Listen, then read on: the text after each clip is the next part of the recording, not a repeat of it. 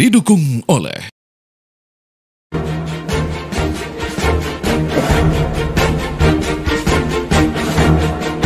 rekapitulasi hasil pemilu 2024 masih bergulir. Saat ini sudah ada 34 provinsi yang terrekapitulasi. Dari 34 provinsi tersebut, paslon nomor urut 2 Prabowo Gibran unggul di 32 provinsi.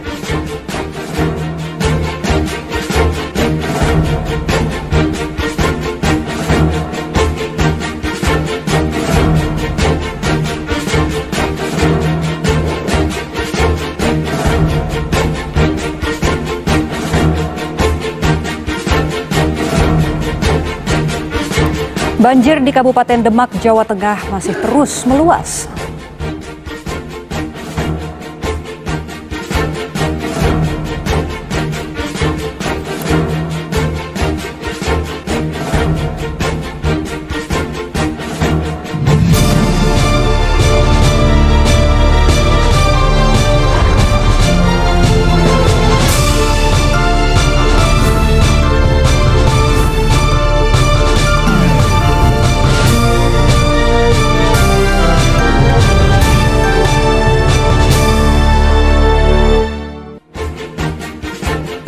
Assalamualaikum warahmatullahi wabarakatuh. Selain dua informasi tadi, tentunya Kabar Siang akan menyajikan beragam peristiwa penting untuk Anda simak bersama saya Natelita. Dan saya Anggia Eboni, kita mulai Kabar Siang selengkapnya untuk Anda.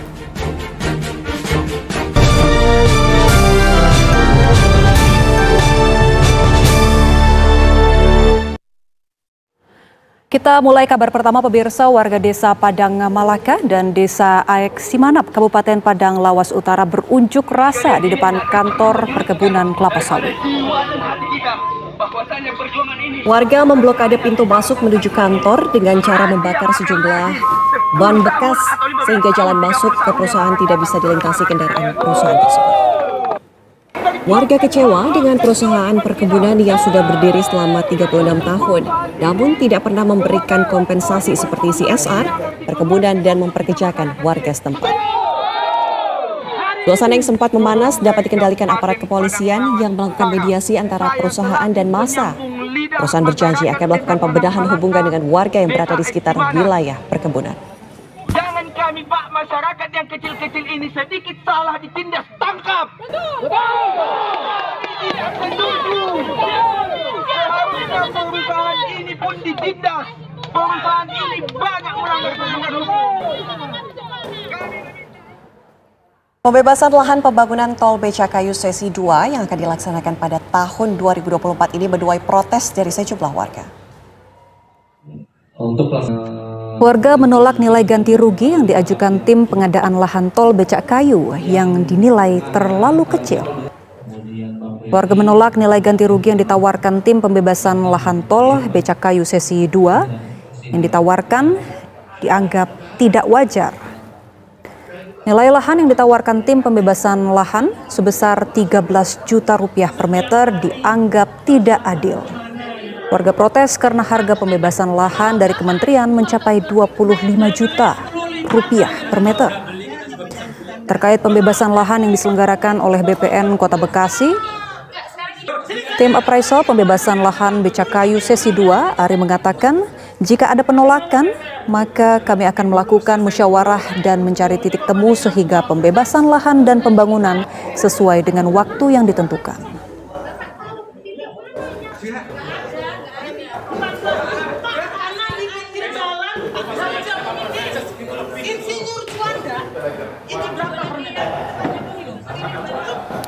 Kita ke kabar lainnya pemirsa, seorang ibu di kota Lubuk Linggau, Sumatera Selatan tega membuang bayinya ke dalam sumur sesaat setelah dilahirkan. Menurut informasi, bayi tersebut dibuang lantaran sang ibu mendapat bisikan gaib.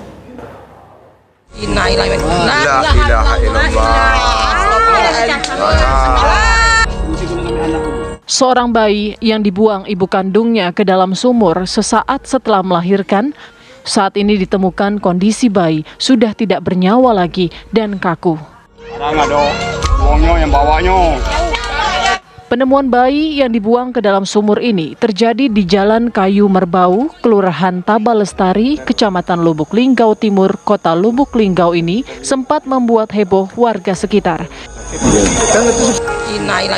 Tampak dalam video yang diabadikan warga, kondisi bayi terlihat baru dilahirkan dan terbungkus beberapa lembar pakaian. Motif dari pembuangan bayi ini permasalahan ekonomi, dikarenakan antara tersangka dan suaminya sudah pisah ranjang sejak 8 bulan setelah 1 tahun pernikahan. Tersangka tinggal bersama kedua orang tuanya dan kakak adik di kediaman orang tuanya sendiri. Proses persalinan oleh bersangkutan sendiri di TKP tempat pembuangan bayi tersebut di sebuah sumur di dekat rumah kediaman mereka sekitar 200 meter. Pelaku bersama barang bukti telah diamankan di Mapolres Lubuk Linggau, Sumatera Selatan. Dari Lubuk Linggau, Sumatera Selatan, Arwinza, TV One mengabarkan.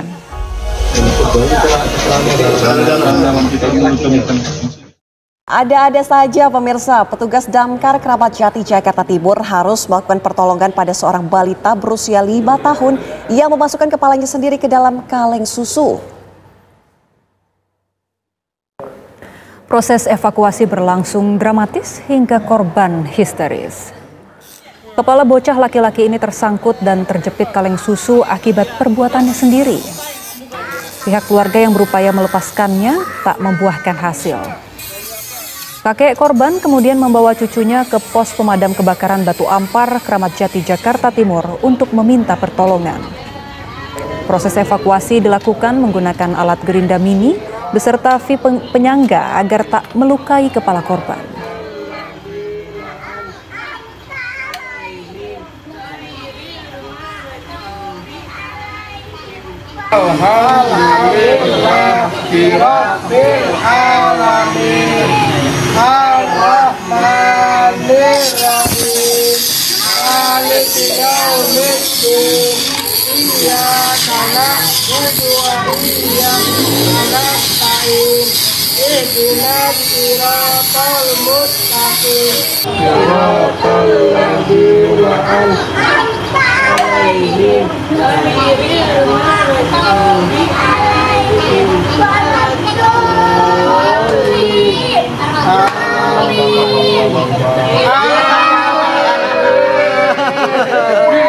Akhirnya kita juga. Alhamdulillah.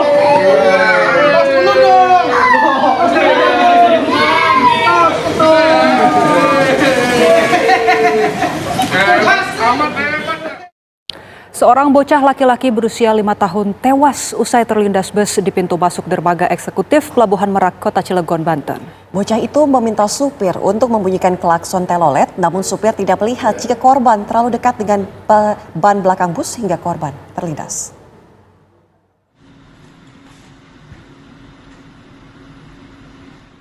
Inilah detik-detik kecelakaan yang menewaskan bocah berusia 5 tahun yang terlindas bus di pintu masuk dermaga eksekutif Pelabuhan Merak, Kota Cilegon, Banten. Korban sempat mengejar bus tersebut untuk meminta suara klakson dengan nada khusus atau bunyi telolet saat masuk ke kantong parkir dermaga eksekutif Pelabuhan Merak. Namun diduga korban berada terlalu dekat dengan bus dan saat bus ingin berbelok arah, korban terlindas pada ban belakang bis bernama Sinar Dempo jurusan Jakarta Lahat, Sumatera Selatan. Kejadiannya telolet anak telolet dari depan. Nah, kesalip ban belakang katanya. Kalau dari depan selamat, ban belakang Pak. Itu mobilnya mobil lintas Sinar Dempo. Itu meninggal ya Pak? Meninggal di tempat. Jasad korban langsung dibawa ambulans dan dibawa ke rumah sakit untuk divisum. Sementara itu guna menghindari amukan warga, sopir dan bus Sinar Dempo diamankan petugas. Dari Cilegon, Banten, Siti Ma'rufah, TV One mengabarkan. Pemirsa, pelaku pembunuhan terhadap Dante, anak selebgram Tamara Tiasmara, telah berbohong setidaknya 2 kali. Polisi mengungkapkan kebohongan Yuda Arfandi, tersangka pembunuhan Dante, terungkap berdasarkan alat tes kebohongan.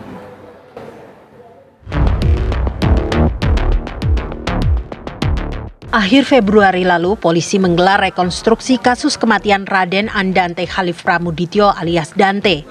Dalam rekonstruksi pembunuhan terhadap bocah 6 tahun itu, Yuda Arfandi menolak melakukan adegan mengenai dirinya berseluncur di dunia maya untuk mengetahui apakah kolam renang yang akan dituju bersama Dante memiliki CCTV. Pernyataan polisi mengenai Arfandi berselancar atau browsing di internet untuk mengetahui CCTV itu kini diperkuat dengan hasil tes deteksi kebohongan atau pemeriksaan poligraf. Arfandi ternyata memang mencari tahu mengenai CCTV di kolam renang Tirta Mas Duren Sawit, Jakarta Timur. Arfandi bahkan berbohong saat ditanya mengenai tindak kekerasan terhadap Tamara Tiasmara, ibu Dante. Ada 2 kebohongan yang didapat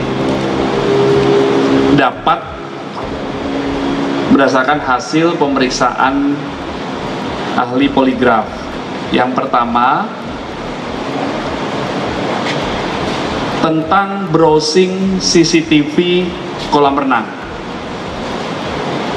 Hasil pemeriksaan ahli poligraf menyatakan bahwa jawaban dari pertanyaan-pertanyaan yang disampaikan oleh ahli poligraf itu menunjukkan bahwa subjek yang diperiksa atau tersangka itu berbohong. Pertanyaan terkait kekerasan fisik terhadap saudari Tamara. Dari pertanyaan yang disampaikan oleh ahli itu menunjukkan bahwa tersangka berbohong atau deception indicated. Tak berhenti pada tes deteksi kebohongan atau pemeriksaan poligraf. Polisi saat ini masih memeriksa intensif Arfandi, salah satunya guna mengungkap motifnya membunuh Dante. Dari Jakarta, Robin Freddy, TV One mengabarkan. Pemirsa, seorang suami tega menyekap istrinya sendiri di dalam sebuah gudang di Jember, Jawa Timur. Sang istri ditemukan warga dalam kondisi babak belur dengan tangan terikat rantai besi. Kondisi Supiati, wanita berusia 47 tahun itu tampak sangat syok dan hanya dapat menjawab lirih soal kronologi peristiwa yang dialaminya tersebut. Korban bercerita kerap dianiaya suaminya sendiri sampai disekap di kandang sapi. Kamis malam lalu korban berhasil kabur meski dengan tangan terikat rantai besi. Korban kemudian bersembunyi di sebuah gudang sekitar 1 km dari rumahnya. Warga yang menemukan korban langsung melapor ke Polsek Wuluhan. Polisi langsung menangkap suami korban HM di rumahnya.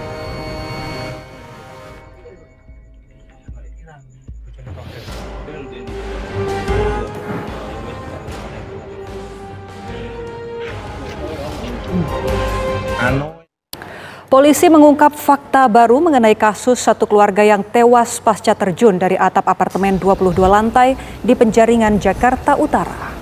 Salah satu korban terkonfirmasi menyempatkan diri sembahyang di kelenteng sebelum terjun bersama suami dan 2 anaknya. Kelenteng tempat korban berdoa berada di lantai atap atau rooftop apartemen. Petugas kelenteng mengkonfirmasi menyaksikan langsung salah satu korban sembahyang. Ia menambahkan tidak menyangka kalau korban melakukan aksi terjun bersama keluarganya usai sembahyang. Polisi masih menyelidiki untuk memastikan apakah kasus ini benar bunuh diri atau tidak. Penyelidikan ini melibatkan ahli kinetis dan forensik. Istrinya itu berdoa dulu sembahyang. Oke. Nah, terus bapak anaknya tunggu di kursi. Oh, istrinya berdoa di sebelah kiri, bapaknya nunggu di sebelah kanan. Enggak, nunggu di kursi itu. Di kelenteng. Pas tangga itu kan ada kursi tuh, kursi coklat tuh. Kanan taman, kiri kelenteng kan. Bapak sama anaknya tinggal tunggu di kursi. Oh, berarti itu si istrinya berdoa itu dilihat sama si Akong ya, Bang? Gimana? Dilihat sama si penjaga kelenteng. Oh, dilihat. Sempat dilihat mereka sembahyang ya? Sembahyangnya jadi dilihat. Oke. Cuma nggak nyangka kalau dia bakalan selesai ibadah loncat ya. Oke. Pak, talinya tali jenis apa, Pak? Ini, Pak? Apa namanya tuh yang untuk mendaki itu loh. Oh, untuk mendaki. Tebal itu. Kalau kita jatuh ya dengan loncat bunuh diri dengan didorong itu jatuhnya beda. Oke. Itu pakai ahli kinetis itu Bang? Oke. Ada ahli fisika di forensik juga ada. Itu dari Polri Pak? Atau dari luar? Polri. Dari forensik juga, fisika forensik. Itu untuk penegasan masih beda itu. Bagaimana kalau didorong atau dilompat sendiri? Ada kasus yang di Korea, pelakunya orang Korea. Dan jadinya gini, lurus ya, nggak melambung. Karena dilempar. Bang, artinya belum bisa disimpulkan kalau ini bunuh diri atau ya betul. Karena kita nggak mau terburu-buru ya. Karena sekali lagi apa yang Pak Kapolres sampaikan tadi, ini 4 orang keluarga, terus anak-anak kecil 2 orang. Siapa yang inisiasi ini yang harus kita cari. Meskipun mungkin salah satunya sudah meninggal. Setelah sempat dilaporkan hilang, seorang lansia ditemukan meninggal dunia di areal persawahan yang terendam banjir di Kabupaten Kudus, Jawa Tengah. Kabar selengkapnya sesaat lagi, tetaplah bersama kami. Terima kasih masih bersama kami. Pemirsa, banjir di Kabupaten Demak, Jawa Tengah semakin meluas setelah tanggul Sungai Wulan kembali jebol pada Minggu kemarin. Titik tanggul yang jebol ini membuat semakin parah kondisi banjir dan memaksa warga untuk mengungsi ke tempat yang lebih aman. Ngeri tenan iki. Wis ra kira-kira. Tanggul Sungai Wulan di Desa Ngemplik Wetan, Kecamatan Karanganyar, Kabupaten Demak, Jawa Tengah, jebol pekan kemarin. Kuatnya arus sungai menerjang permukiman warga yang berada di dekat titik jebolnya tanggul. Tanggul yang sebelumnya sudah diperbaiki ini kembali jebol dan menerjang kawasan permukiman dan jalan Pantura, Demak, Kudus. Meski arus sungai menerjang permukiman warga yang tinggal di dekat area tanggul yang jebol selamat karena sebelumnya sudah ada peringatan dari Badan Penanggulangan Bencana Daerah Demak soal kondisi tanggul yang kritis. Warga mengungsi ke dataran tinggi yang lebih aman tidak terjangkau banjir. Salah satu lokasi pengungsian SPBU di Desa Wonoketingal yang berjarak 7 km dari titik jebolnya tanggul Sungai Wulan. Wah, sudah segini ya? Sudah leher ya. Terus ini ngungsi semeter setengah. Ini ngungsi sama siapa aja, Pak? Apa? Ngungsi sama siapa aja? Ini keluarga. Upaya penanganan bencana banjir terus dilakukan pemerintah Kabupaten Demak. Banjir yang menerjang wilayah Demak ini terjadi kedua kalinya di tahun ini karena 5 tanggul sungai yang jebol dan mengakibatkan genangan banjir meluas. Hingga Senin pagi tercatat banjir telah meluas ke 88 desa di 11 kecamatan di Kabupaten Demak dengan jumlah pengungsi mencapai lebih 20.000 jiwa. Dari Demak, Jawa Tengah, Samsul Arifin, TV One mengabarkan. Pemirsa, banjir di Kabupaten Demak ini melanda sejumlah jalan protokol, perkantoran, permukiman warga dan juga komplek Masjid Agung. Saat ini warga yang rumahnya tergenang banjir mulai mengungsi ke tempat yang aman. Banjir masih melanda komplek Masjid Agung Demak di kawasan alun-alun kota. Ketinggian terus meningkat. Komplek Makam Sunan Kalijaga di Kadilanggu juga terendam dan untuk sementara ditutup untuk peziarah. Terdata banjir di Kabupaten Demak menggenangi 88 desa di 11 kecamatan hingga merendam jalur Pantura, Demak, Kudus.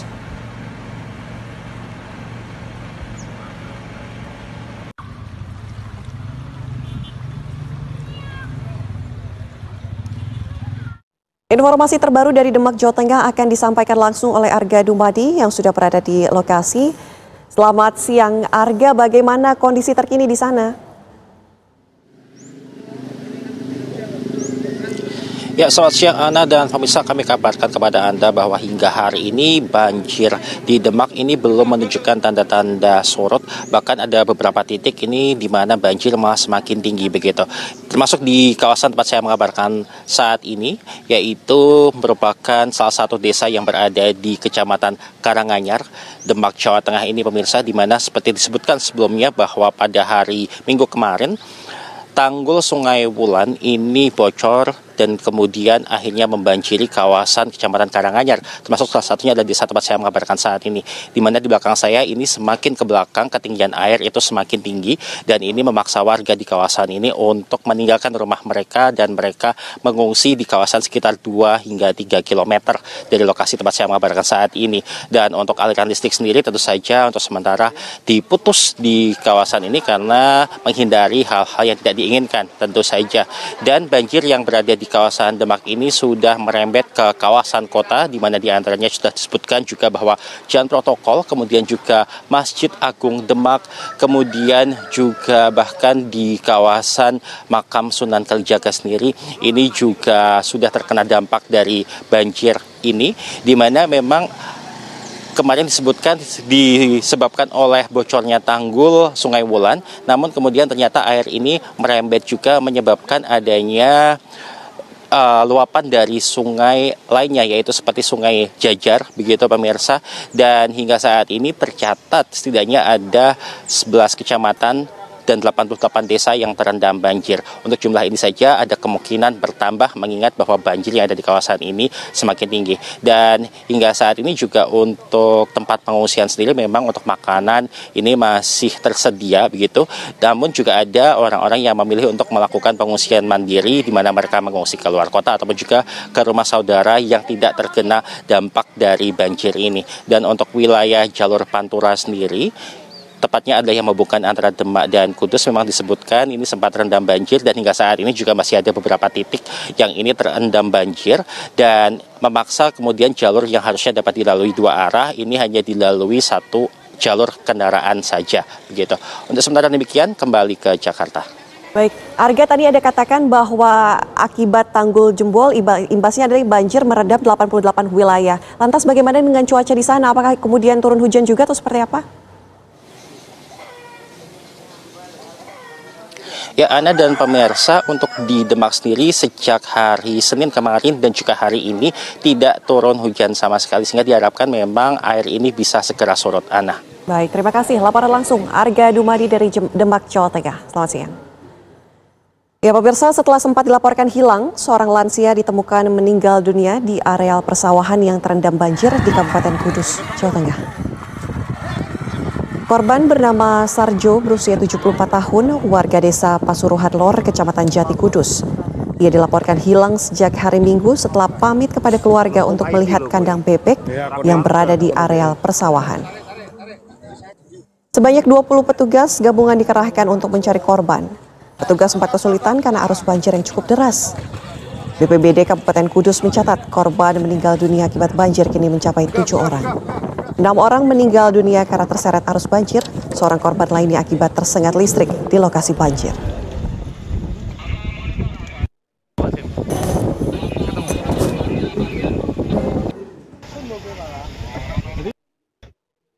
Dua santriwati yang terseret banjir di Grobogan, Jawa Tengah ditemukan dalam keadaan meninggal dunia. Jasad kedua santriwati ini berhasil ditemukan pada Senin pagi 3 hari setelah masa pencarian. Mereka adalah murid dari Pondok Pesantren Manbaul A'la Purwodadi Grobogan. Jasad SL, gadis berusia 18 tahun, warga desa Tunggak, Kecamatan Toroh, Grobogan ditemukan di area persawahan yang berjarak 500 meter di lokasi terseretnya korban. Sedangkan jasad NF, 19 tahun, warga desa Kedung Rejo di Grobogan ditemukan dengan kondisi mengambang di sungai desa yang berjarak 1,5 km dari lokasi kejadian perkara. Keduanya hanyut ketika melintasi jembatan kecil yang sudah terendam air di desa Karanganyar, Kecamatan Purwodadi pada hari Sabtu kemarin. Ketika itu, ketinggian air diperkirakan sepinggang korban. Jasad SL dan NF dibawa ke Rumah Sakit Umum Raden Sujati Purwodadi untuk kemudian diserahkan kepada keluarga.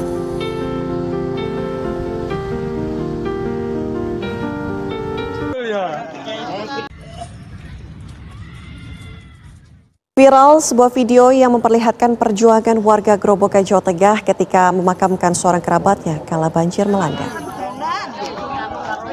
Video memperlihatkan sejumlah warga menerobos air setinggi lebih dari 1,5 meter demi mengantar jenazah ke tempat peristirahatannya yang terakhir. Keranda berisi jasad warga ini diapungkan dengan beberapa batang pohon pisang. Begitu tingginya air, sampai-sampai para pengantarnya hanya terlihat kepalanya saja. Keranda dipikul dan dibawa ke pemakaman yang tidak terdampak banjir. Sementara para pelayat tak berani menerobos banjir dan hanya menunggu di tepian. Video yang viral ini terjadi di Desa Sambung Harjo, Kecamatan Pulau Kulon, di Gerobokan pada Kamis 14 Maret lalu. Kepala desa mengatakan penduduk mengantar jenazah seorang warga yang meninggal dunia karena sakit ke tempat peristirahatannya yang terakhir. Namun lantaran jalannya cekung dan banjir, jasad terpaksa diapungkan dengan perakit dari gerbok pisang.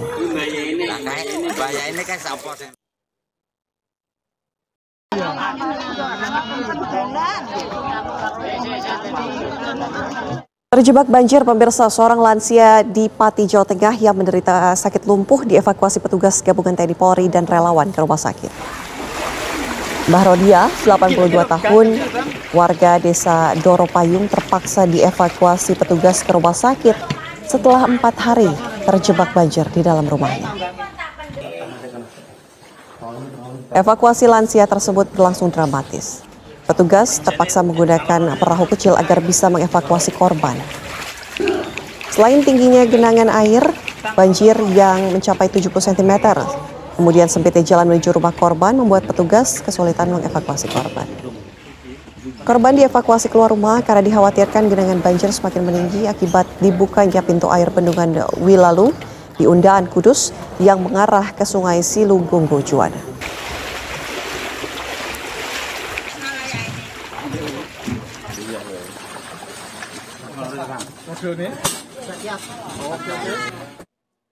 Sementara itu, pemirsa, para petani di Kabupaten Pati, Jawa Tengah terpaksa memanen padinya lebih awal untuk menghindari rugi besar. Ribuan hektar area persawahan di Kabupaten Pati, Jawa Tengah terendam banjir setinggi lebih dari 1 meter. Bencana ini terjadi setelah Sungai Silugonggo Juwana meluap.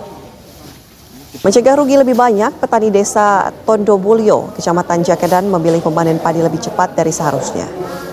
Mereka memetik hasil sawahnya sebelum membusuk dengan terpal yang dibentuk menyerupai sampan. Sedikitnya 211 hektar area persawahan di desa Tondobulyo terendam banjir setinggi 1 hingga 1,5 meter. Data dari Dinas Pertanian dan Peternakan Kabupaten Pati, pada sebanyak 6.000 hektar tanaman padi dan 150 hektar lahan jagung terendam banjir. Area pertanian itu tersebar di 9 kecamatan.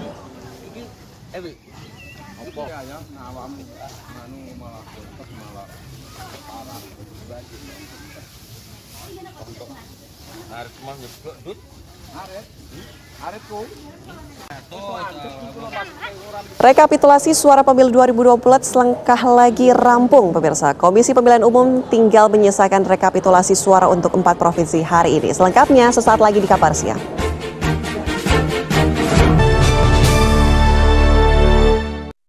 Pemirsa, rekapitulasi suara pemilu 2024 selangkah lagi rampung.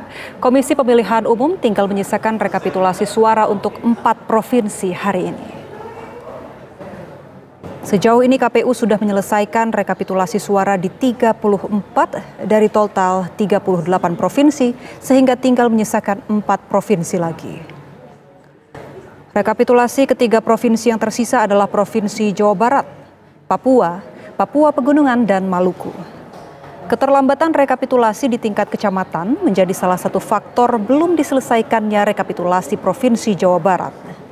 Nantinya setelah rekapitulasi selesai, KPU baru akan membicarakan kapan penetapan hasil penghitungan suara sebagai hasil resmi pemilu 2024. KPU mempunyai batas waktu hingga 20 Maret untuk melakukan rekap nasional. Pembahasan akan digelar dalam rapat pleno dan KPU optimistis penetapan hasil pemilu bisa tetap digelar sesuai jadwal, yaitu paling lambat pada Rabu 20 Maret mendatang.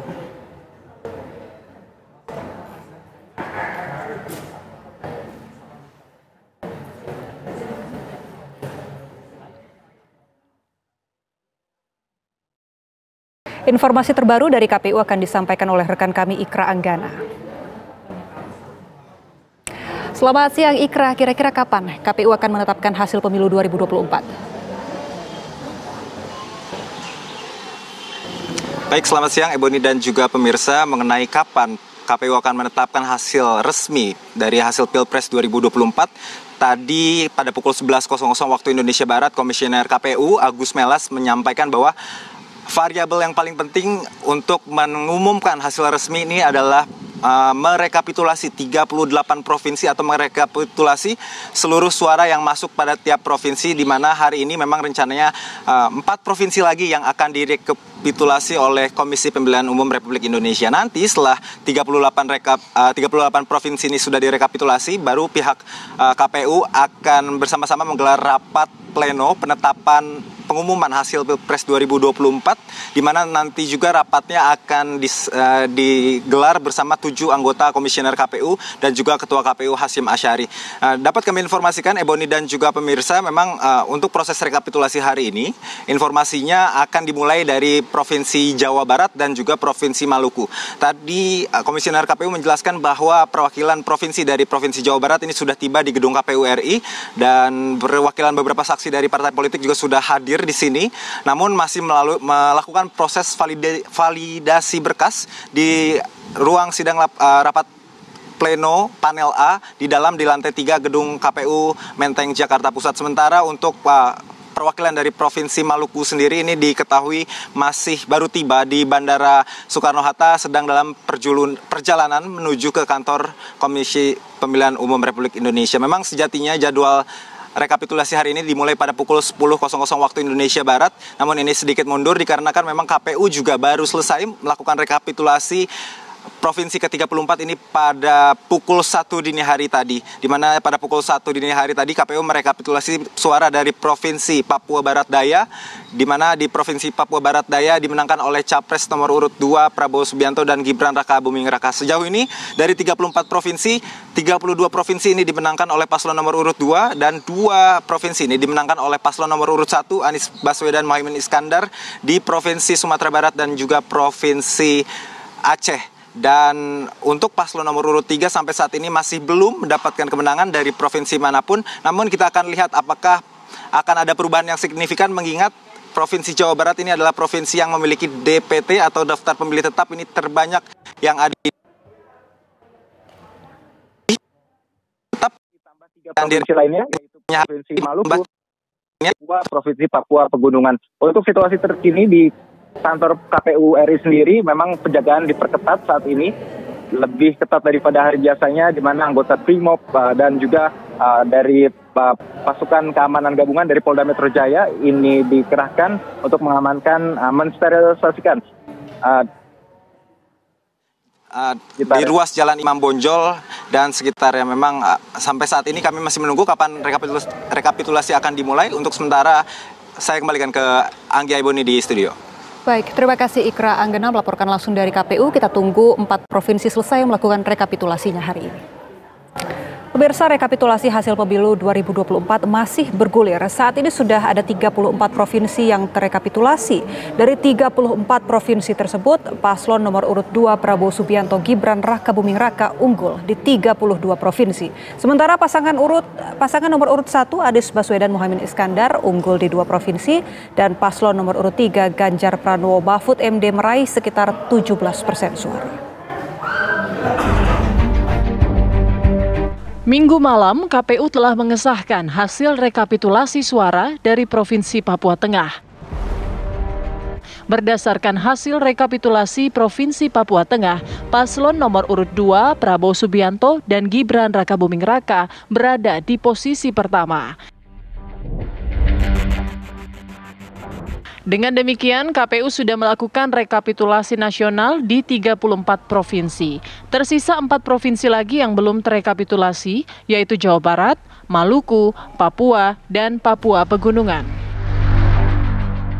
Dari 34 provinsi, pasangan calon presiden dan calon wakil presiden nomor urut 2, Prabowo Subianto dan Gibran Raka Buming Raka, unggul di 32 provinsi. Lantas, akankah hasil rekapitulasi nasional KPU diterima semua pihak? Kan kita melihatnya seolah-olah total gitu kan ya, menang total begitu, tapi ternyata padahal proses belum selesai. Padahal belum selesai, dan kalau masalah beda angka kayaknya berat ya. Tapi yang kita soalkan adalah apakah ini memang mobilisasi pemilih berhasil ya. Tapi kalau itu dilakukan karena uang, karena gentong babi, nah ini yang menjadi persoalan. Dan menurut kami, karena ini tanggung jawab kepada pemilih ya, bukan kepada siapapun ya. Kita serius untuk memperjuangkan bagaimana sepatutnya suara itu harus dijaga. Dan kalau toh memang beda suaranya tampaknya tidak bisa terkejar, kita ingin menunjukkan bahwa ya kayak dalam logika asas pembuktian terbalik ya, bahwa oh hasil begini, loh gimana caranya dapat kayak gitu. Jadi itu mungkin prosesnya kan masih terbuka ya. Yang di penyelenggara mulai dari pemungutan suara, penghitungan suara di TPS, rekapitulasi kecamatan, kabupaten, provinsi sampai pusat kemarin, sampai hari ini. Dan saya salah satu juga yang beberapa kali hadir di rekapitulasi karena saya juga saksi di situ. Ya secara umum proses itu berlangsung normal saja, sebenarnya biasa saja, nggak ada sesuatu yang dramatik atau sesuatu yang luar biasa yang membuat misalnya ada kegaduhan. Jadi sama sekali sebetulnya nggak ada. Tapi yang viral ada loh. Pas viral itu saya ada. Oh iya? Saya ada di ruangan itu. Jadi, berhak itu seorang ketua KPU melakukan itu? Ya itu soal style ya. Tapi KPU mempertanyakan bukti ketika ada saksi yang mendalilkan satu kecurangan atau penyuapan waktu itu kan ditanya mana buktinya gitu. Itu wajib ya ditanyakan? Iya wajib ditanyakan. Cuma cara bertanya itulah yang mungkin jadi persoalan. Jadi ya secara umum saya melihat situasinya normal saja. Ada beberapa dinamika yang mungkin agak keras tanda kutip ya. Itu lebih pada perdebatan di pileg. Masih ada 4 provinsi lagi. Ya mudah-mudahan di provinsi tersisa ada keunggulan buat 03. Tapi apapun kita tetap menunggu hasil resmi dari KPU yang akan diumumkan besok. Sesuai undang-undang 35 hari, maksimal 35 hari pasca pemungutan suara itu hasil KPU, hasil pemilu secara nasional harus sudah diumumkan. Dan kita tahu ada sejumlah kendala di sejumlah provinsi khususnya di Papua sana. Dan kita berharap hari ini di rekapitulasi provinsinya sudah tuntas sehingga besok seluruh rakyat Indonesia bisa mengetahui hasil pemilu 2024 secara resmi diumumkan oleh KPU. Di masalah itu kalau melewati tanggal 20 besok, nah, kalau tidak melewati tanggal 20 itu tidak ada masalah. Soal kemudian nanti langkah apa yang kami lakukan, tentu kami masih menunggu hasil rekapitulasi nasional dari KPU RI. Tim TV One mengabarkan. Ketua Umum Partai Golkar Erlangga Hartarto buka suara soal kabar partainya meminta jatah posisi 5 menteri di kabinet pemerintahan baru. Seusai menemui Presiden Joko Widodo di Istana Negara pada Senin siang, Ketua Umum Partai Golkar Erlangga Hartarto menegaskan belum ada permintaan soal jatah menteri kepada Prabowo Subianto. Menurutnya hal tersebut masih dalam tahap pembahasan. Ia pun meminta semua pihak menunggu penetapan resmi Komisi Pemilihan Umum. Kalau PKB bergabung gimana Pak? Terima kasih. Jadinya yang Ketum Golkar gimana Pak? Bertemu sama Pak Prabowo langsung belum Pak? Oh itu masih dalam pembahasan, kita nunggu pengumuman besok. Tapi Bapak di Bali katanya minta 5 menteri Pak. Apa? 5 kursi itu apa aja Pak? Wah kita belum minta. Terima kasih. Tapi 5 itu dasarnya apa Pak? Ketum Golkar gimana Pak? Apa? Ketum Golkar gitu, Pak Jokowi jadi atau Pak Erlangga aja? Ya.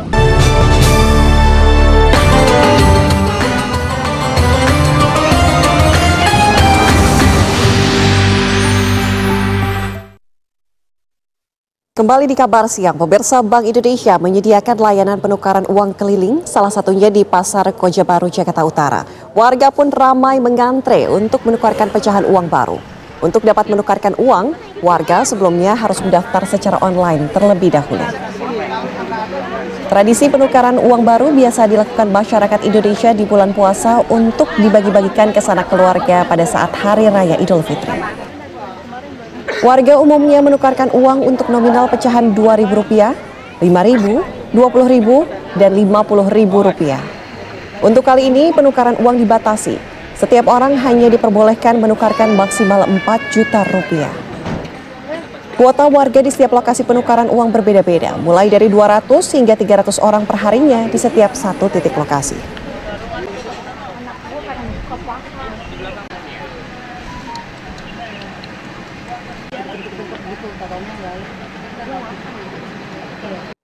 Pondok pesantren Mambaul Hikam Bantenan di Kecamatan Udawu, Kabupaten Blitar, Jawa Timur memiliki tradisi sholat tarawih yang sangat cepat.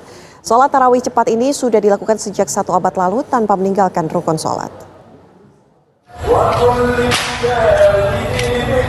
Pondok pesantren Mambaul Hikam yang terletak di Desa Mantenan, Kecamatan Udanawu, Kabupaten Blitar, Jawa Timur, mempunyai tradisi dalam menjalankan sholat tarawih.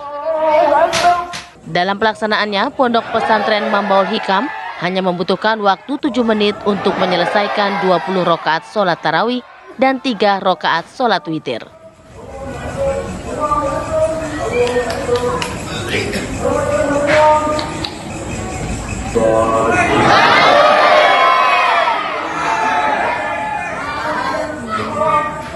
Pengasuh Pondok Pesantren Mambaul Hikam, Kiai Haji Agus Basit mengatakan, meskipun dilakukan dengan cepat, namun pihak pesantren memastikan tidak ada rukun sholat yang tertinggal dan sholat tersebut sah sesuai syariat hukum Islam.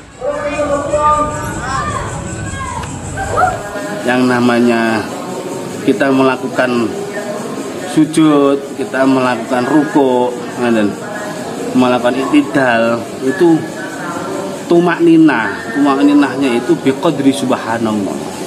Terus ada ulama malah yang mengatakan sedemikian rupa, bila melakukan sholat sunnah pun tanpa melakukan iktidal ataupun tanpa melakukan julus di antara 2 sujud, itu sholatnya sudah sah.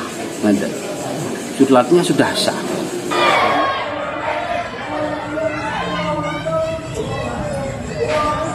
Sholat tarawih cepat menjadi tradisi pesantren Mambaul Hikam selama 1 abad lebih. Dan jamaah yang datang tidak hanya dari lingkungan sekitar pondok pesantren, namun juga dari kabupaten lain seperti Kediri, Tulung Agung. Dari Blitar, Jawa Timur, Muhammad Imron, TV One mengabarkan.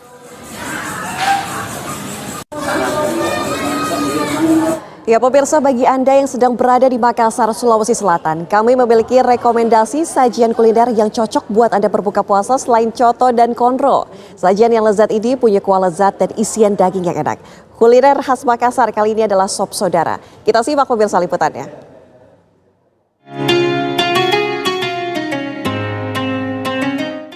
Wah pemirsa, coba lihat ini. Kuahnya, aduh, menggiurkan sekali.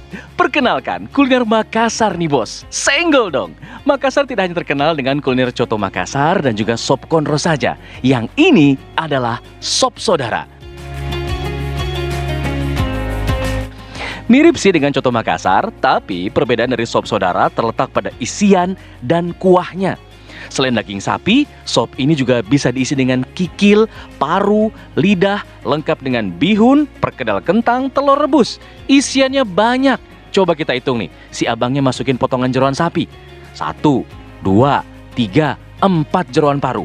Lalu isian dagingnya 1, 2, 3, 4, 5, 6, 7. Nah, itu masih ada lagi sebenarnya. Kameramennya aja yang keburu pindah gambar. Yang paling top kuahnya kakak. Aduh, saking spesialnya ini kuah sop saudara. Lihat aja centongnya, gagangnya aja sampai 1 meter lebih panjangnya. Tidak hanya gurih, tapi di kuahnya ini juga terdapat sensasi rasa manis yang begitu lezat. Nah, jika kamu mengunjungi Makassar, kamu bisa icip dan rasakan kelezatan sop saudara di warung Pangkep Sop Saudara di Jalan AP Petarani Makassar, warung cabang Jalan Irian 2 yang sudah terkenal seantero Makassar.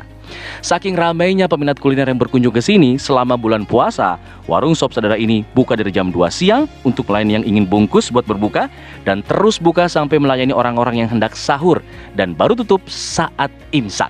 Mantap kan? Dari Makassar, Sulawesi Selatan, Samsul Ma'arif, TV One mengabarkan.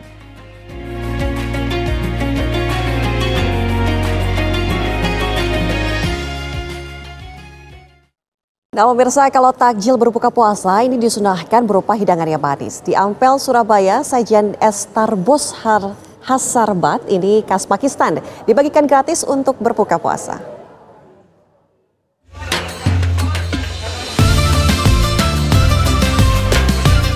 Beginilah suasana maghrib di Jalan Raya Ampel, Surabaya. Ratusan warga mengantri untuk bisa mendapatkan minuman segar khas Pakistan, yakni tarbos sarbat. Tarbos sarbat adalah minuman es sirup dengan topping aneka buah segar apel, semangka, jeruk, melon, dan buah jambu. Sepintas es segar ini mirip es buah yang ada di Indonesia. Namun yang membedakan adalah campuran selasi dan agar-agar. Lihat di TikTok viral ya. Ini kan masakan Arab, mungkin nggak penasaran kan atau gimana? Iya penasaran sih rasanya gimana. Mungkin tesnya beda sih sama masakan Oriental. Khusus di bulan Ramadan, Rafiullah, sang pemilik kedai khas Pakistan, asal Peshawar, Pakistan yang telah 5 tahun menetap di Surabaya ini, membagikan gratis minuman ini bagi warga sekitar. Orang banyak suka, alhamdulillah ini di Ramadan, khusus Ramadan gratis semua orang. Yang ini bikin saya sendiri, alhamdulillah. Itu es dari buah ya? Yang ini ada buah di dalam sama gula, sama ada sirup melon, sama buah goa, sama apel, lemon, macam-macam. Nah, bila Anda berada di kawasan religi Sunan Ampel, Anda bisa mencoba minuman segar khas Pakistan tarbos sarbat ini. Dari Surabaya, Jainal Azari, TV One mengabarkan. Informasi seputar Ramadan lainnya masih akan kami sajikan untuk Anda usai jeda berikut ini di segmen selanjutnya.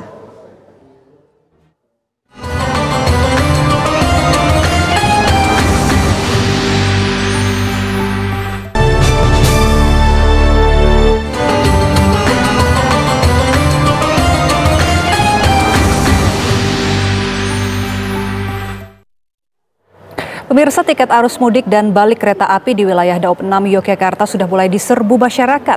Bahkan tiket arus balik untuk tanggal 13 dan 14 April 2024 sudah ludes terjual. Per hari ini tiket kereta api jarak jauh keberangkatan Daob 6 Yogyakarta pada H-10 atau 31 Maret hingga H+10 atau 21 April telah terjual sebanyak 52%. Dari total 366.924 tiket yang disediakan. Puncak arus mudik lebaran diprediksi terjadi pada 6 April 2024. Untuk mengantisipasi lonjakan penumpang arus mudik maupun arus balik, PT KAI Daob 6 Yogyakarta akan mengoperasikan 8 kereta api tambahan, yakni 3 kereta api Manahan, 2 kereta api Taksaka, 2 kereta api Lodaya, dan kereta api Sancaka.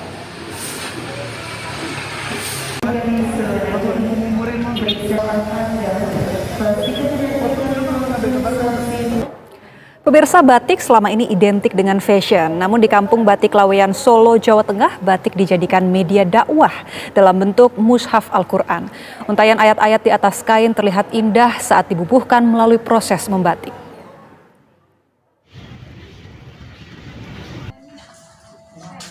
Rumah Batik Mahkota, rumah batik yang berada di Kampung Batik Laweyan, Solo, Jawa Tengah ini telah menyimpan mushaf Al-Quran yang dibuat dengan proses membatik. Sepintas terlihat tidak biasa, namun mushaf Al-Quran dari batik ini sangat unik karena ayat-ayat Al-Quran yang biasa ditulis atau dicetak di kertas kali ini ditulis di atas kain melalui proses membatik.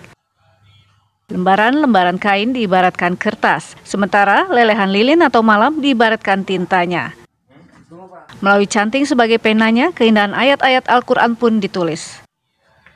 Menurut Muhammad Topan Wicaksono, manajer produksi Batik Mahkota, dibuatnya mushaf Al-Quran dalam seni batik ini untuk media dakwah dalam upaya mensiarkan Islam. Dari 30 juz yang terdiri 114 surat, semuanya sudah selesai ditulis dan diproses menjadi lembaran-lembaran mushaf Al-Quran yang indah. Proses penulisan dilakukan 4 orang, di mana 2 diantaranya tunarungu. Semuanya merupakan pembatik profesional yang berpengalaman. Proses verifikasi penulisan juga telah dilakukan berlapis hingga semuanya sesuai dengan ketentuan penulisan yang baik dan benar. Program ini dimulai sejak 2016 dan saat ini secara umum sudah selesai. Tahun 2016 hingga tahun 2020 kita kerjakan selama 4 tahun. Jadi ini menjadi misalnya kebanggaan bagi kami yang misalnya itu bisa mengembangkan sisi lain dari batik itu sendiri. Lembaran mushaf yang telah selesai kini dipajang rapi di Galeri Batik Mahkota sesuai urutan ayatnya. Sementara yang belum selesai masih disimpan dalam lipatan kain. Pada bulan Ramadan banyak pengunjung datang untuk menikmati keindahan mushaf Al-Quran batik ini. Tak jarang mereka yang datang menyempatkan membaca langsung ayat Al-Quran dari batik yang menjadi satu-satunya mushaf batik Al-Quran di dunia. Dari Solo, Jawa Tengah, Effendi Rois, TV One mengabarkan.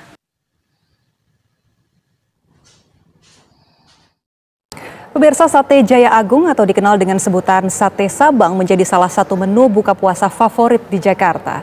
Sejak tahun 1975, sate Sabang itu menjual lebih dari 5.000 tusuk sate per harinya. Sate memang menjadi menu favorit untuk berbuka puasa, apalagi sate yang berada di Jalan Sabang, Jakarta Pusat. Sate Jaya Agung telah berdiri sejak tahun 1975 dan selalu ramai dikunjungi oleh pelanggan baik dari dalam maupun luar kota Jakarta. Di sini sate kambing dan gulai kambing dengan racikan yang spesial menjadi menu yang paling banyak diincar oleh para pembeli. Bahkan para pembeli rela mengantri panjang demi merasakan nikmatnya sate Sabang ini.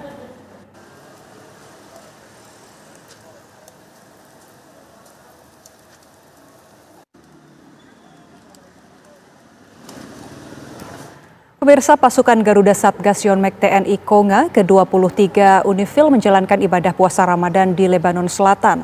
Meski jauh dari keluarga, namun rasa kekeluargaan di antara para pasukan semakin memperkuat semangat selama bertugas menjaga perdamaian. Pasukan Garuda Satgas Yonmek TNI Konga ke-23 Unifil menjalankan sholat tarawih berjamaah di Masjid As-Salam 7-1 Atchit, Al-Qusair, Lebanon Selatan. Para pasukan penjaga perdamaian ini tampak khusyuk dalam menjalankan ibadahnya. Selain melaksanakan sholat tarawih berjamaah, prajurit Garuda juga mengikuti kegiatan buka bersama dengan seluruh perwira di lingkungan 7-1. Sejumlah menu khas Indonesia disajikan, seperti rawon, empal daging, dan bakwan jagung. Assalamualaikum warahmatullahi wabarakatuh. Dari Atchit Al-Qusair, saya dan seluruh perwira Satgas Yonmek 23R mengucapkan selamat berbuka puasa.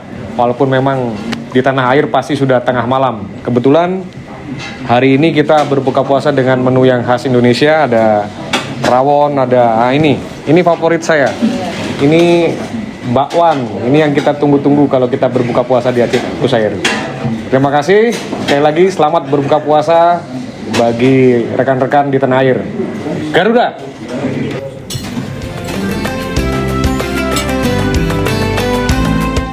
Meski jauh dari keluarga, namun rasa kekeluargaan di antara para pasukan semakin memperkuat semangat selama bertugas menjaga perdamaian. Tim TV One mengabarkan.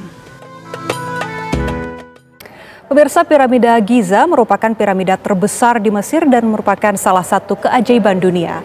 Menakjubkannya lagi, piramida Giza Mesir yang dibangun tahun 3000 sebelum Masehi itu dibangun dengan tinggi 149 meter dan dengan menggunakan 2.300.000 batu. Seperti apa serunya wisata ke piramida Giza? Reporter Adi Mulya akan menceritakannya untuk Anda.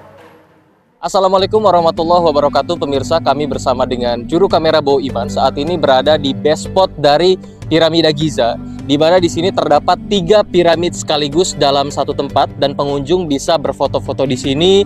Kemudian disediakan juga sejumlah fasilitas. Memang di sini ada fotografer profesional yang bisa menghampiri datang ke sini. Kemudian ada juga unta-unta yang bisa kita bayar dengan tarif tertentu yang berlaku di sini. Dari piramida ini, di piramida Giza ini dipilih wisatawan sebagai best spot karena 3 piramida sekaligus terlihat dalam satu tempat, dalam satu frame. Nah, kita akan tanya-tanya kemudian kepada pemandu wisata di sini, Sim mengenai 3 piramida yang ada di sini. Halo Sim, kita mau tanya-tanya. Di belakang kita ada 3 piramida, apa saja itu Sim? Ini di sini ada 3 piramid, ini keluarga. Piramid keluarga, raja yang pertama Raja Khufu, dan yang kedua Raja Kefren. Cucunya Raja Mangkaura. Ini kompleks piramid di daerah ini. Tapi piramid di Mesir 114 piramid. Tapi di daerah Giza ini atau di dataran tinggi ada 9 piramid. Tapi piramid yang paling terkenal di dunia 3 piramid. Raja Khufu dan anaknya Kefren, cucunya Mangkaura. Ini kenapa bisa dipilih jadi tempat terbaik bagi wisatawan untuk foto-foto? Karena ini tempat paling tinggi di kota Giza. Untuk kelihatan 9 piramid dari sini. Untuk di sini unta-unta juga disediakan, dan bayar berapa untuk unta? Naik. Kalau unta di sini, kalau mau foto di atas unta maksimum bayar $1 sampai $2. Tapi kalau 10-15 menit perjalanan wisata di daerah ini naik unta mungkin $10 $15 maksimum. Oke, terima kasih Sim. Baik pemirsa, itu tadi perbincangan kami dengan Sim selaku pemandu wisata dan menceritakan bagaimana kemudian latar belakang dari 3 piramida Giza di belakang kami yang menjadi best spot atau spot terbaik karena dalam satu frame ini terdapat 3 piramida sekaligus. Dari piramida Giza, Mesir, Adi Mulia, Bo Iman, Tim TV One mengabarkan.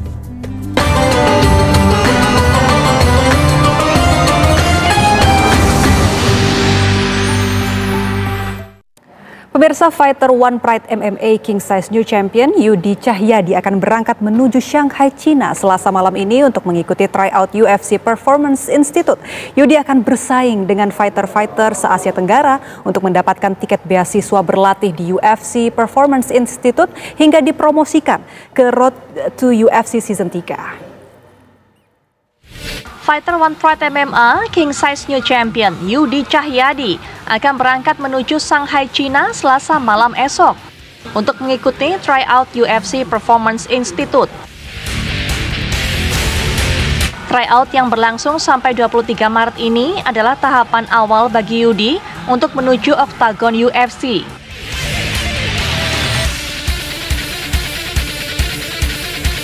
Yudi nantinya bersaing dengan fighter-fighter se-Asia Tenggara untuk mendapatkan penilaian dari UFC. Jika layak, maka ia akan mendapatkan tiket beasiswa berlatih di UFC Performance Institute hingga dipromosikan ke Road to UFC Season 3. Selama menjalani tryout, Yudi akan ditemani oleh CEO One Pride MMA, Francino Tirta.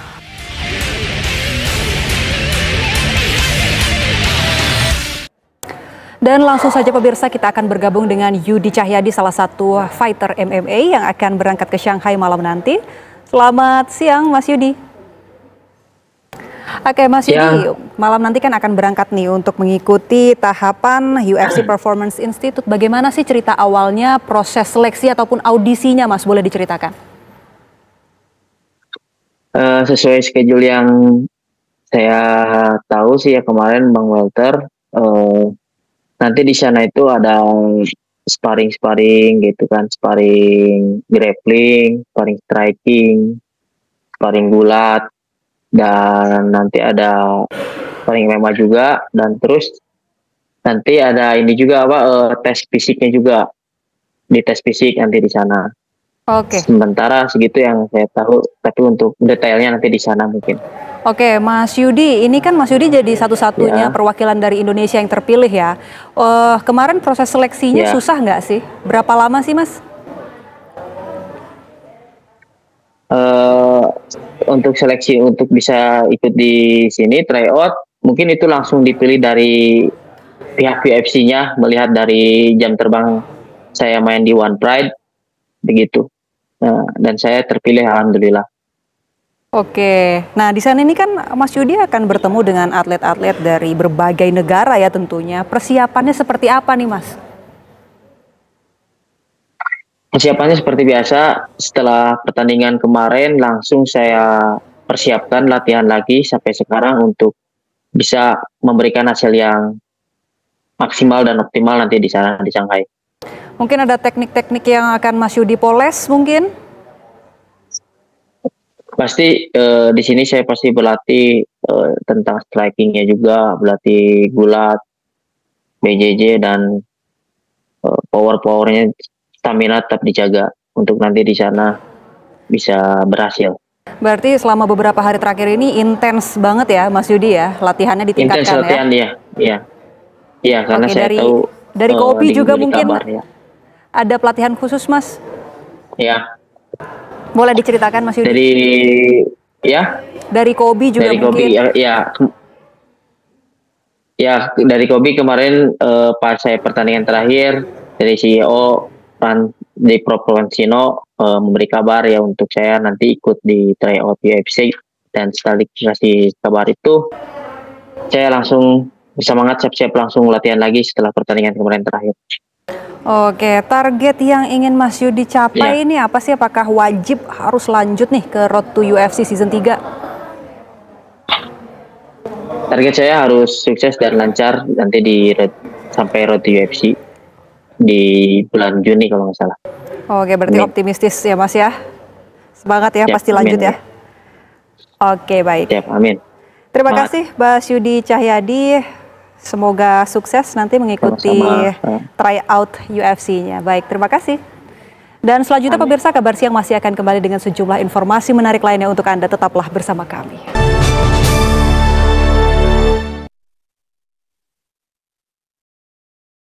Pemirsa, ada-ada saja petugas Damkar Kramat Jati, Jakarta Timur harus melakukan pertolongan pada seorang balita berusia 5 tahun yang memasukkan kepalanya sendiri ke dalam kaleng susu. Proses evakuasi berlangsung dramatis hingga korban histeris.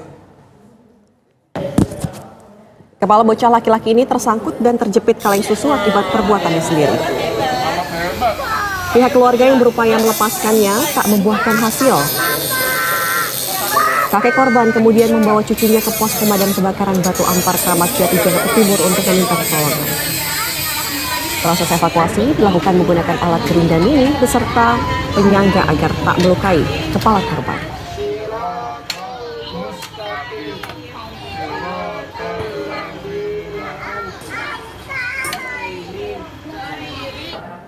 Alhamdulillahirabbil alamin. Ar-Rahmanir-Rahim. Maliki yaumiddin. Iyyaka na'budu wa iyyaka nasta'in.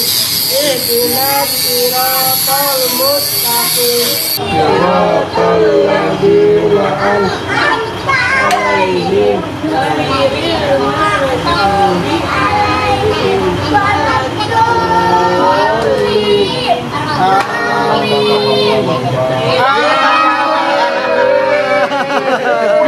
Akhirnya kita juga.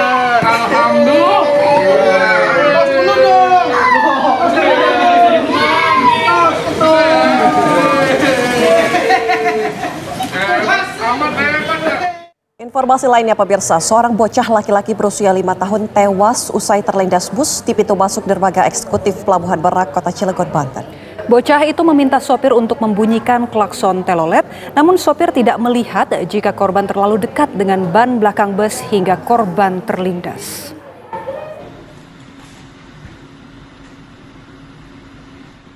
Inilah detik-detik kecelakaan yang menewaskan bocah berusia 5 tahun yang terlindas bus di pintu masuk dermaga eksekutif Pelabuhan Merak, Kota Cilegon, Banten.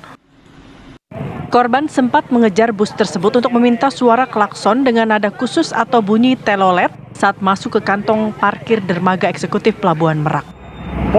Namun diduga korban berada terlalu dekat dengan bus dan saat bus ingin berbelok arah, korban terlindas pada ban belakang bis bernama Sinar Dempo jurusan Jakarta Lahat, Sumatera Selatan.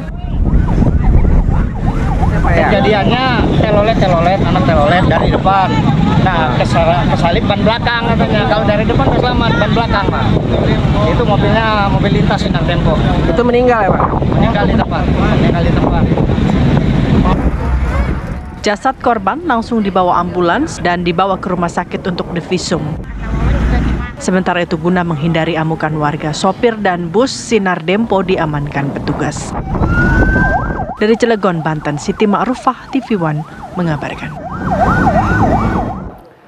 Ya pemirsa, informasi tadi sekaligus menutup jumpa kita di Kabar Siang hari ini. Akhir kata mewakili segenap tim yang bertugas, saya Anggia Eboni. Dan saya Ana Telita, pamit undur diri. Terima kasih. Sampai jumpa. Sampai jumpa.